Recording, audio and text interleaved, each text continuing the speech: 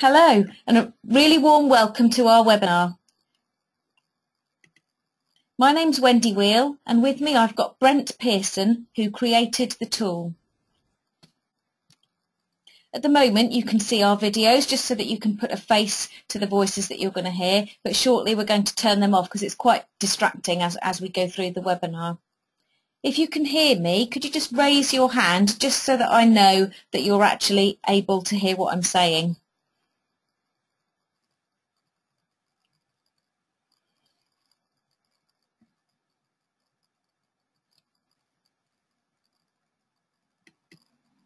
Okay, it looks like we might have somebody with a bit of a problem.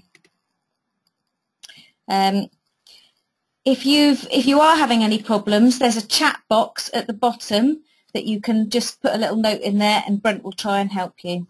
And I'll carry on for any of you that are struggling.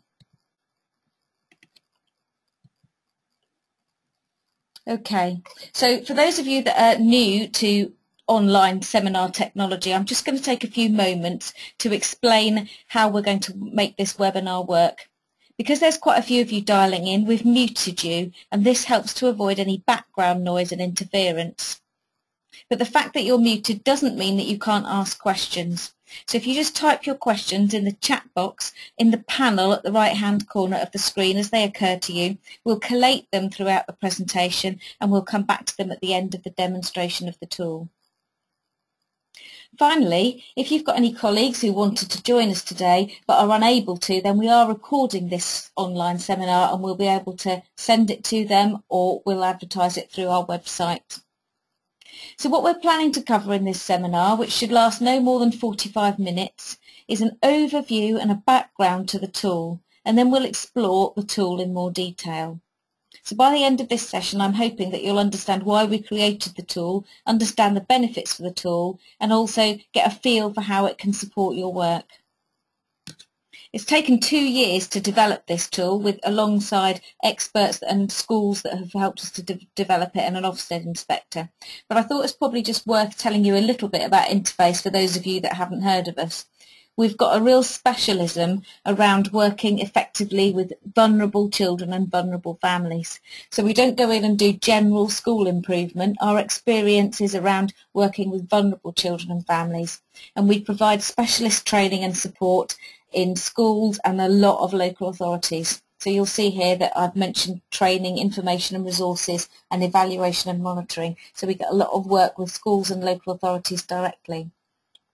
So I've got a team founded by me because we worked in the Department for Education. There was a Families at Risk division a few years ago. So having worked in a local authority and then going on secondment there, we all decided to set up an organisation, and we've got a range of experience in improvement programmes, school improvement, Ofsted as I've mentioned, system leadership, research and evaluation. So it just gives you a flavour of the sort of people that are working in the team. And over the last 4 years, we've set up lots of family support projects, trained 3,500 staff and leaders in schools and local authorities. We've been very involved in setting up the parenting programmes across the country, and personally my job was managing Think Family reforms in local authorities. So you've just got a bit of a highlight of the sorts of things that we've provided in the past, just so that you get a feel for us. So as I say, we've worked with a number of schools to develop this electronic tool, which was in an Excel format, and now it's much nicer to use and much more whizzy. And it's been designed to help school leaders and teachers, support staff, Senko leads, to work more effectively and efficiently with vulnerable children and their wider families. We very much talk about working with the whole family. And it also is a tool to work with your multi-agency partners, but we'll come on to that in a moment. So we were really quite happy when the DFE produced this piece of report, because I think we all know intrinsically that children are at risk of having poor outcomes if they've got particular stresses in their life. But this particular piece of research, which was January 2013, looked at the direct link between children's vulnerability and their attainment. And not surprisingly, it found that there were contextual factors that are associated with doing less well. And those factors are really helpful in flagging up areas where children might be at risk of failing badly on educational and well-being outcomes. And all of those we have incorporated into this tool.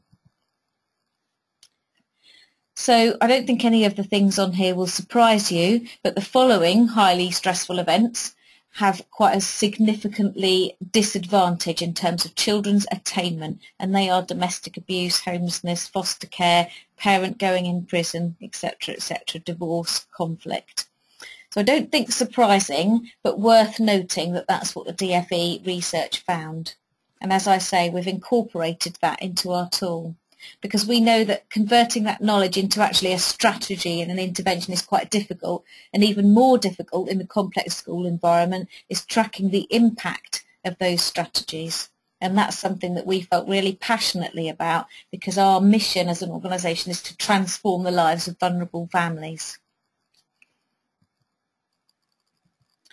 So by the time we get to the end of this presentation, you will hopefully have seen that the tool can be used as a strategic planning tool. You're able to look at the individual needs of a child, and you can aggregate it up across a group of children or the whole school. So you'll be able to strategically plan in terms of effectively targeting resources across your school, and obviously for your pupil premium.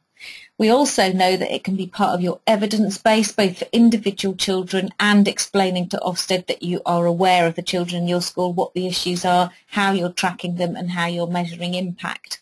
And as I say, I had an Ofsted inspector that helped me create the tool. We know from practice that it's been a really useful vehicle to improve communication, not only across the school, because it increases confidence of teachers in their understanding of vulnerability factors, but also outside the school with multi-agency partners. So it can be a real catalyst for generating an informed discussion. And then, if all else fails, it's definitely it's evidence to accompany referrals to other agencies, which you'll probably be well aware of from other things that you're using like CAFs. So the tool helps you to record and analyse. It's a holistic tool based on a variety of vulnerability factors that we're going to look at. You can also record actions and interventions. So when you've put something in place for a child or a group of children, like a resilience class for a group of Year 6 girls who are self-harming or something like that, you can demonstrate what the actions and interventions were and also the impact of those actions and interventions, which helps you make decisions in the future. And as I say, you can analyse the nature of children across the school. There's a reporting section for the tool which helps you strategically to effectively target your resources, identify gaps in knowledge, because that will definitely happen when you use this tool. You'll come across information that you think, actually, we don't know that. Do we ought to know that? Who should we be talking about this to gain more information about that child? And again, to work with multi-agency partners to think about mitigating actions and interventions. You'll get you're provided with detailed reports on individual children for transition and other purposes like court proceedings, etc. So you'll see on here that there's 4 broad categories that the tool covers, and that's physical, emotional and social development, learning and schooling, parents and carers, and the wider family and community.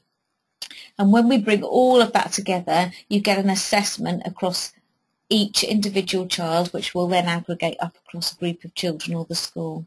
And you'll see below that there's 17 more detailed assessment areas. So you'll be looking at the health under the physical, emotional and social development, and you'll be looking at their behavioural development and their self-esteem and image, their family and their social relationships. All of that is looked at in the tool, which you'll obviously see when we come on to that.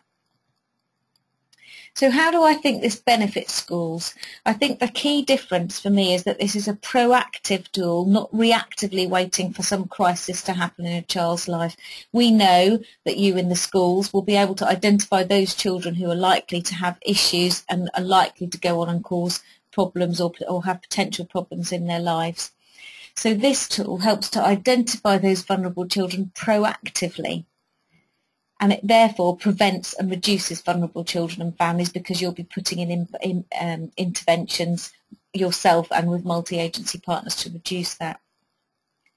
you can also demonstrate the interventions that you put in place, and that, as I mentioned earlier, this can be used in future to help provide examples of what's worked in the past for other children. It benefits you because you've got a variety of reports which you can use with your governors, Ofsted leadership team to think about how to strategically assess the vulnerabilities. So what's this telling you about a group of children across your school? So you can strategically assess those vulnerabilities, show how the interventions have made a difference and the impact, and identify any specific types of vulnerabilities across the school. So if you've got a group of children with a specific issue, you'll then be able to go to your partners and say, actually, this is what I found across my school, and I really need some help in supporting them with it. And what you'll see later as well is the printed detailed reports that you can also send via PDF and everything. So I'm now going to hand over to Brent, who's going to demonstrate the tool in detail, and then by all means, if you've got questions, please continue to type them in the chat or question box and I'll collate them at the end. Over to you, Brent. Thank you very much, Wendy. Good afternoon, everyone. My name is Brent Pearson and I work in the IT development team for Interface. Okay, the demonstration I will aim to cover within 10 to 15 minutes, and I will initially cover some basic functionality and then we'll move into the more core aspects of the tool. My main objective, of course, today would be to give you a much clearer idea of how this tool can be used by you in your setting. So let's begin. The tool is designed in such a way that makes everything possible and accessible from one main menu. Now, when you launch the tool from your desktop, there'll be a shortcut on your desktop. When you launch the tool, this will be the very first screen you see, and it's otherwise known as the main menu. And this is broken up into 4 key sections. On your left, you've got the current pupils, so it lists all your pupils. In the middle, you've got a display view of your pupils, which we'll touch on shortly. On your right, you've got the reports menu, and any and every single report that you need access to is accessible from there. And then the 4th section and last section is the pupil vulnerability records, and we'll touch on that. This is the core element of the tool itself. And as I said, I'll initially just go through some basic functionality of the tool. If we step over to the left and look at the current pupils, it quickly displays a count of the pupils in the list, and it has some basic information in there: the year group, pupil names, sex, date of birth, pupil number. So if you have your own specific pupil numbers for your school, you can include that in the tool. And then a quick reference to see if there are any other siblings in the school. So you can imagine in a real life situation, you're more likely to have in excess of, I don't know, hundreds of records, if not thousands of records here. So this list will soon become quite full of pupils. And that's where the filter by year group helps a lot. You can quickly filter by year group. Selecting F1 will just show the pupils in that year group, and you can just reset the list. Adding pupils is quite quick and easy. Throw in a few details. You can link siblings if you'd like. Save and update. And to change a pupil's details, just double click on a pupil, change the details, and again you can link siblings from the screen as well. So it's quite quick and easy to add and amend details. Now I'm going to just answer a few of the frequently asked questions that we get asked when we do webinars. You can imagine the laborious and frustrating task of having to add 1,000 pupils one by one for each pupil that you want to add onto this or into this tool. And what we can do is, and what we will do is, converse with your IT department and make sure that all the pupils you want registered in the tool will be pre-populated, so when you load the tool, all the information will already be in the tool for you. So you wouldn't have to add 1,000 people or pupils one by one. I mean, of course, you can do that if you'd like, but the facility is there for us to pre-populate this information for you. Similarly, you might not want to have a tool separate like this. You could link this to your existing systems. And again, that is a conversation I'd have to have with the IT department to make sure that we've got a link table basically, and we can access your pupil records. And so that is possible, and that comes up quite a lot. Okay, so that's the pupils list. If we click on the display view, you can put a face to a name. Clicking a pupil will just display the pupil's photo. And what else you have here is attachments. Okay, anything pertaining to a pupil, you can attach as many attachments as you want, whether it's visual photos or documents. So for example, I've just put in a test attachment over here. Click that, view file, and you can easily just browse for additional files and add any additional attachments. Any reports that pertain specific to the pupil, you can attach here, and this list will just continue to expand. So you can, as I said earlier, you can attach as many as you need to. So as simple as that, and it gives you a quick count before you actually go into the documents or the attachments. You can see how many attachments are already in there. Okay, so that's the display view. The report section we will cover shortly. I'm going to now go straight into the pupil vulnerability records, and this is the key area of the tool. This is what separates the tool and has all the good things behind it. So let's go into pupil vulnerability records. I will, throughout the demonstration, be dealing with Janet Myers just as a random example, just so you can see how things change as we add data for her. So let's go into pupil vulnerability records. This is broken down into 4 key groups, vulnerability groups, which Wendy spoke about earlier. Clicking a particular group will give you vulnerability areas. Okay, for this purpose of this demonstration, I'll be dealing with health. So clicking on health or any one of these areas will give you the different levels of potential vulnerabilities. So yeah, we have significant, severe vulnerabilities. Yeah, we have potential vulnerabilities, and yeah, we have indicators that would suggest that there are no concerns for this particular child in terms of vulnerabilities. So clicking on one of these buttons will produce you a whole screen of indicators that have been gathered through research, going from severe right through to potential and those that are no concern.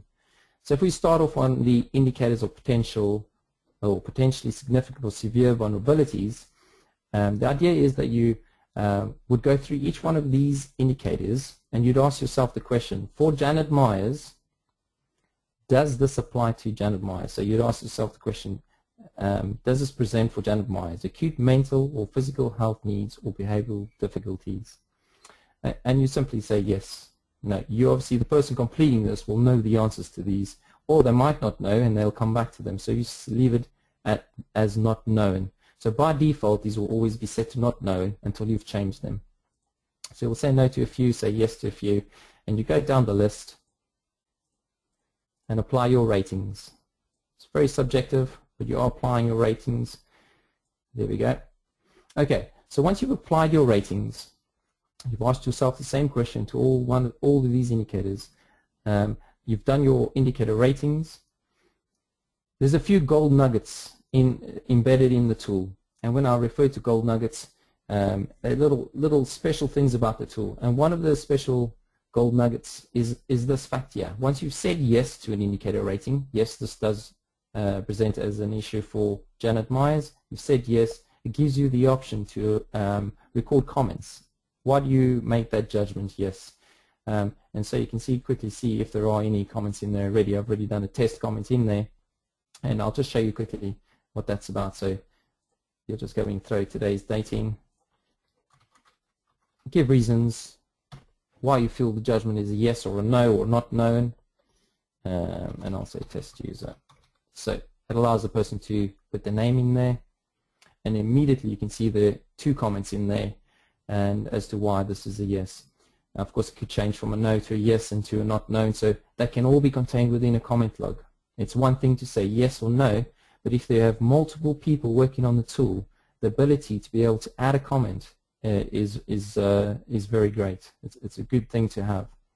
Okay, that's one gold nugget. Another gold nugget is the fact that there are what we call tips and prompts. So if you double click in any one of these, and they're specific to every single indicator that you see here. So let's use acute mental or physical health needs as an example. Double click on that, and it gives you this new window, which is tips and prompts. And these are specifically designed to help you make a judgment. Okay, they're completely overwritable, so you could change the wording and add your own wording if you'd like. But for example, the tip for this would be that for this to be yes, this child would have a professional diagnosis. And the other beauty thing about it is that it's got some prompts. And these prompts are basically suggestions about what actions or things should be done should this present as a potential vulnerability for Janet. And as I've just given you a test example here, you could link this to your procedures. So if there's different steps to follow in your procedure manuals, or if you need to contact somebody else, you could put a note or a reminder in there not to forget to do X, Y, or Z. And so it becomes very useful for anybody who's accessing this to link your processes straight to the actual vulnerabilities. And also, when you actually look at this tool for the indicators that we're referencing at the moment, you can see that some of them are underlined and some aren't.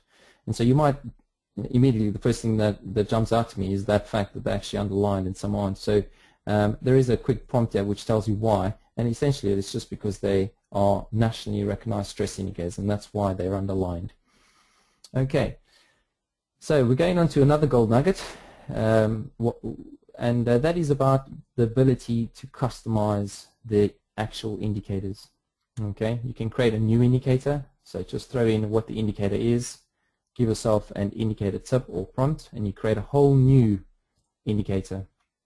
You can amend the indicators, so these are all the indicators on the list that appear over here. You can see they're in the same order, and you can either turn them off or turn them on. You could change the severity of potential vulnerability, so it could be a potential vulnerability instead of a significant or severe vulnerability. So you could do all those changes from here. And just one thing I would say on that is that if you are using this as a group of schools or a cluster of schools, and you're going to be benchmarking the data, I would suggest to keep it as close as possible to the template. Otherwise, when you compare your data, you might not be able to do that very well. So yeah, it is possible, and it is a semi gold nugget, the fact that you can customize the tool. Okay, so that's basically it. Once you click on health, you go through the individual indicators pertaining to that. We'll just do the indicators of potential vulnerability quickly. We'll say yes to a few of these. Say no, yes, yes. And you'll see when I say no, you'll see how that doesn't come through on the reports. If you say no, it doesn't come through in the reports because it's not relevant, and we'll cover that shortly. Okay, so we'll say no there. And again, you can add your comments. We'll do the indicators that suggest there are no concerns. We'll just say no, no, and let's say yes there. Okay, so we've gone through the whole, the three different categorizations for vulnerability or potential vulnerability. Once you've applied that, the idea then is for each one of these, you'd apply an overall degree of vulnerability. And this is quite important because this is what a lot of the reports are putting the details from the data from. So for term one, we can go through very quickly. We can browse through this list. We can see we've got a lot of yeses. Potential vulnerabilities, if we browse up, we can see we've got quite a few yeses there. That's done on purpose, obviously, for the purpose of the demonstration. So overall, what we'll say is for term one, or whenever it is you're going to be doing the assessments, we'll say that this is a severe, that this person, Janet Myers, has a severe degree of vulnerability overall for health. So that's the idea. Now, this won't happen as I'm going to be doing it now in the demonstration, but in a real life situation, you would do that, and then you would come back later to work out if this is a potential vulnerability, specifically severe, you'd want to be putting interventions into place to minimize that. And this is what this does, interventions and impact, and the impact of those interventions. So let's just click that quickly.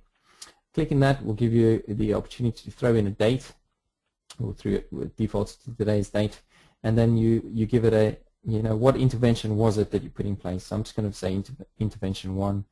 And then as the intervention's being put in place, you will then begin to work out what the impacts of that intervention are. So we'll just throw in impact 1. impact 2. So you see the list just keeps expanding. So you can have as many impacts as you want for one intervention. And to create a new intervention, you just simply click New Intervention. Okay, another gold nugget about tool is that you'll have naturally quite a lot of pupils linked into the tool. And if you happen to put an intervention in place for this, for Janet Myers in this example, you can apply this one intervention to multiple pupils at a click of a button. So clicking this will give you a list of all the pupils, and you can search by, because you've imagined a whole list of 1,000, you want to be able to search. You search for the pupil, select the pupils, and apply those that same intervention to those pupils, and you'll find that in their plan as well, or in their assessment. Okay, so we'll just go out of that, but that's how you apply or record interventions and the impacts of those interventions. Okay, so that's the crux of it in terms of the tool and how it is used as a preventative tool as opposed to reactive. We're busy going through child's records under these key categories, and we're looking to see whether these are showing up as potential vulnerabilities. So we're looking at it before the fact. Okay, so we'll go back to the main menu, and now I'm going to show you exactly what we've been inputting, how it pulls through onto the reports. And this is the key information that you want to be showing and evidencing. So we'll go into detailed pupil vulnerability, and then it just asks you whether you want to review the reports with comments included or without. So we want to show all the data, so we're going to say yes to that. I'll make that a bit bigger. Okay, so this is the one of the 4 key vulnerability groups: physical, emotional, social development, followed by the vulnerability areas. We worked on health, so we're just going to look at health at the moment. You can see the overall degree of vulnerability for term 1 was severe, and these are the different levels of potential vulnerabilities. So it shows all the ones we've rated as yes, who actually made that rating, what date, and what their comments were. And of course, if you're going to be sending this to somebody else and they don't necessarily need to see their comments, the report provides you the facility to exclude these comments, and that's what that initial prompt was. Okay, so you can quickly see that this person has a lot of vulnerabilities or potential vulnerabilities, and then key factor is, yeah, you can see what interventions you put in place. So this will just show all the interventions followed by the impacts of those interventions. So you can quite quickly and very easily begin to evidence the interventions that you've been putting in place for specific pupils. Okay, another key gold nugget is that you can quickly, at a click of a button, send this into a PDF format, so you can easily share this amongst anyone else that perhaps that don't have access to the system. You quickly, easily put this into a PDF format and send it to them on email. And you can do that with all our reports. Okay, we'll close that and we'll look at a few other reports. I'm going to start the degree of vulnerability, clicking that. This is a quick prompt, and it simply asks you if you want to look at just males or just females. Okay, we're going to look at all, so we'll just put in a star. And then it's also asking you if you want to filter the report by year group. But we're going to look at all, so we'll say all. I'll make that a bit bigger. Let's do that again. Okay, so basically what it shows you over here is, as it says, overall degree of vulnerability. And you can quickly see these are all the pupils that have been registered for this registered on the tool. You can see term 1 we had severe vulnerabilities of 10, how that reduced to 0 in the second term. Sorry, I'm looking at the wrong data. So if we go down to the bottom, the totals rather, the severe category had 29 cases, which was reduced to 5 and reduced to 2 in term 3. And so quite quickly you can see, looking at numbers, how this has been how this is reduced over the various terms. And now, and basically, this is viewable in the reports as a visual representation, not just numbers, and I'll show you that in a second. And I'll show you that quickly. Let's close that again. This is also exportable to PDF. Okay, you've got a little interactive pie chart here, and you can quickly also export this on PDF. But if you were to visually look at the data instead of looking at the numbers, you can see from term 1 the huge pie chart that took up the severe category versus the significant category, and how that changed over time. So if you select term 2, you can see how that changed over time. Most of those significant and severe categories moved over to the mild category. And so the third term, you'll probably see that that reduced right down to pretty much none. And the severe and the significant reduced substantially. And so in combination with this report, you could pull the pupil vulnerability report that shows all the detail and what interventions you put in place. And you can tie those two together quite nicely. Okay, so we'll just close this. Let's look at another one, pupil summaries. It looks at pretty much, I'm going to select all the data here. This looks at pretty much the same data. It's just a different way of looking at it. It also shows you all the pupils, but now you're seeing the inclusion of the vulnerability groups as well as the vulnerability areas. And it just aggregates the data up over here on the right. So you can quickly see over term 1, term 2, term 3 for each pupil how things have changed. Okay, so it's just a different way of viewing the data. Okay, let's look at the area. We'll select all records. Again, slightly different, very much the same, but has its different purpose in terms of reporting. Again, you've got the groups and you've got the vulnerability areas, but this is broken down by term. So you've got no pupil, nothing specific to pupils, but to terms, looking across all pupils that have been registered for the tool. So you can quickly see, again, like we saw earlier, 29 cases of severe vulnerabilities presented in term 1, how that reduced to 5, and how that reduced to 2 in term 3. But what you can also quite significantly see where these key areas are, where the vulnerabilities presented. So you can see the vulnerabilities for physical, emotional, and social development were much higher, perhaps over this period, for this group, rather than they were for schooling and wider community, etc. So you can quickly see which areas, particular areas, need more attention. So let's go to the last one. We'll select all data.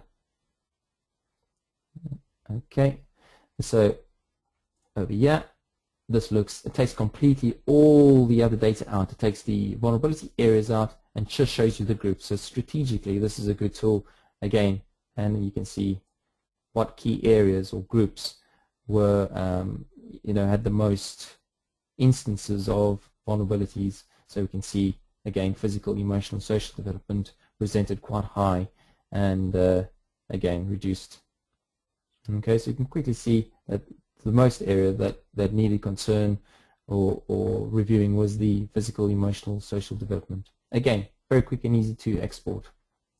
Close that now, and yeah, so that basically concludes the demonstration of the tool, and I sincerely do hope that that I achieved the objective, which was to make the tool a bit more clearer and give you an idea of how it could be used in your setting. Thank you very much for your time. I'll now hand over to Wendy.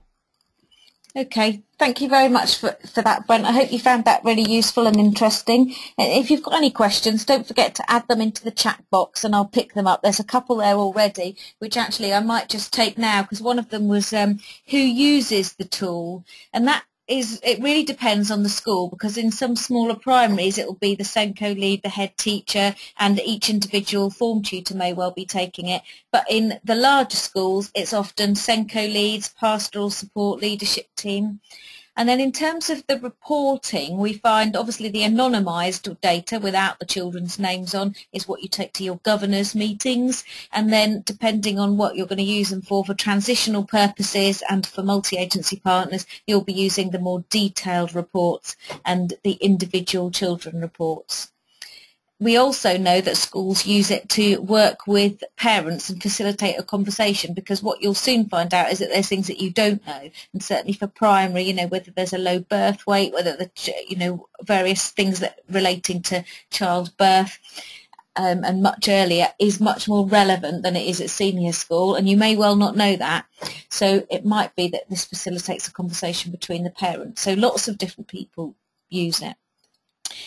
Just coming on, because I know everybody always gets down to how much does it cost, so I've put that up here straight away because you can see here that we're not trying to make loads of money. We actually want to make a difference for vulnerable children and families, and that's our organisation's mission. So we think this tool is really reasonably priced. So what you'll get for 2495 is your own school copy of the tool. You get a comprehensive user manual, which is what Brent's prepared in terms of every single stage of the school tool. You'll also get an introductory training session. So if you nominate the staff that you think are going to be using it the most, then we will come and train them. Then you'll have 2 further sessions with an associate after using the tool. So this often works at about 3 months after and 6 months after. And when we do that, we come to say, how are you getting on? What are you using the tool for? What does the data show you? What's your need around working with vulnerable children and families? Because obviously that's our specialist area as well. And have a discussion about the interventions and approaches that are working. And schools have found that really useful. It is possible to have the tool without the 2 further sessions, and we certainly have, I'm certainly up for a conversation about that. That comes to 1595. Again, you get the copy of the tool, the user manual and the introductory training session, and then we leave you alone with it, and you're more than welcome to come back at any point, of course. We've also had groups of school coming together as clusters saying, if we bought it together, would there be a discount? And yes is the answer, because if we can train you all together, then obviously it takes less of our time. So again, I've put a price up here. Again, you get your own school copy of the tool. We'll do a joint introductory training session. You each get a manual. The only thing I would say is that the 2 follow-up meetings, it's really important to have those in separate schools because each school is very different. So even if you're in a cluster, you'll know this better than me, you're not necessarily clustered because you've got all the same issues, are you? So we do find that that works much better in an individual school, and it facilitates a much more useful conversation. But again, I've put 2 options here, one with the support and one without the support. And to be honest, I'm up for a conversation about any other options that you've got. This is what people have regularly asked us for, which is why I've got them here for you. But I want to get the tool out there, I want it used, and I want it to make a difference for children and families. So by all means, have a further conversation with me about it. We've got a couple of questions that Brent's actually covered one of them about, can the tool be used by more than one person at the same time? And the answer is absolutely yes, it can. It's a multi-user tool. And changes made by one user will reflect immediately. But the other question that I thought I might pass over to you, Brent, was with regard to how secure is the data in the tool, and I wonder if you could answer that one, Brent. For sure, yes, absolutely. The data is going to be as secure as your IT systems are secure. By that I mean we will, or I will contact your IT department, and we will agree a way of saving the file or putting it in a specific folder that is accessible to only those people that need access to it. So they will control, your IT department will control the permissions and access to that folder, and therefore it will be as secure as your IT people set it up. But as been demonstrated in the actual demonstration of the tool, you can also obviously share some pivotal information through exporting some of the reports quite quickly and easily through a PDF if you need to. Okay, brilliant. Thank you very much for that. So I'm just going to come on to the what next. I don't know if you've had a chance to look at our website, but there is a video on there and information about the School Vulnerable Children Audit tool. So if you want to go back and have a look or share it with colleagues afterwards, then by all means do have a look. And I've got a picture of the page up here, and it's just www.interfaceenterprises.co.uk. But again, we can send you information about that as we've got your registration details. We're very happy to provide a further one-to-one demo, because I know that this is just a real whiz through, and it might well be that you want to go back and have a conversation with your colleagues, and you want us to either come to meet you personally or run another webinar when you've got a few people in the room. And if you would like that, then we're very open to have a further conversation about that. Don't forget that we can add or change to the tool, so we can put half-term reviews in or specific additions relating to your school. All of that's possible. So again, have a further conversation with us about that. As I mentioned earlier, we're going to be recording, or we have recorded this seminar, so we'll put that on the website soon. So again, if you wanted to send that to any colleagues within your setting, that's fine. And we're going to advertise, and we've got another couple coming up soon, so by all means they're welcome to join that. The last thing, other than my contact details are up on the screen, is just to say that we've got a short survey at the end of this, and we'd really appreciate it if you wouldn't mind just saying what you thought of the webinar. Was it useful? Is the timing right? Are you interested to talk to us anymore? Because obviously we want to make sure that we're getting this right for you. So if you wouldn't mind completing that, that would be really helpful. But for now, we look forward to speaking to you again, and thank you very much for coming. Thank you. Thank you and goodbye. Bye now.